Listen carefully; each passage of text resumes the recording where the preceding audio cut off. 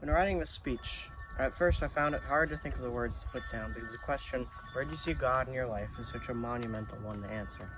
My mom initially suggested to me that I write about birds. My dad extended it to my gardening and learning about nature and the world, and these are initially the only things I would write about. I guess I do see God in the beauty of a cardinal on my feeder or in a flower that grows in a crack in the pavement, ignoring all struggles and challenges it faces to contribute something to the world.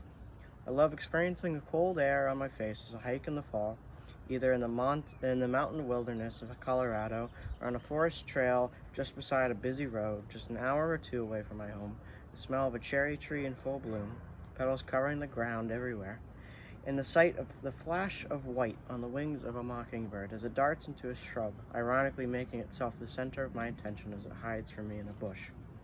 Then I thought about the real gift God has given me. The birds and plants and air are good and all, and I'm grateful to experience them in my life. But the true gift that God has given me is the ability to experience these things itself.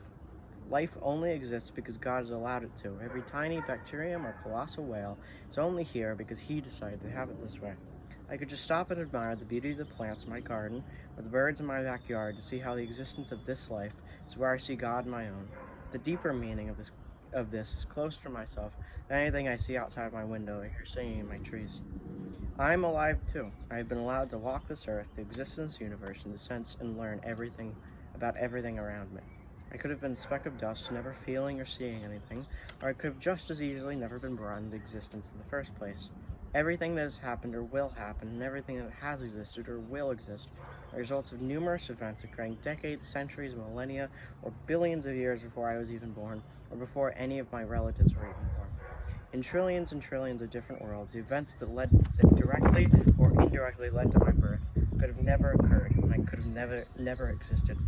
In fact, given how many seemingly tiny changes could have altered the universe, the chances that you and I exist here right now are infinitesimally small. But I do exist, and I get to live in a world that, although full of awful events and horrible things, especially now more than ever, is inherently beautiful and so full of its beauty in a million different little things. I am incredibly lucky that God has decided to bring me here and allow me to experience life. So to answer the question, where do I see God in my life? I would answer that I see God in the mere fact that I have a life of my own. Good job.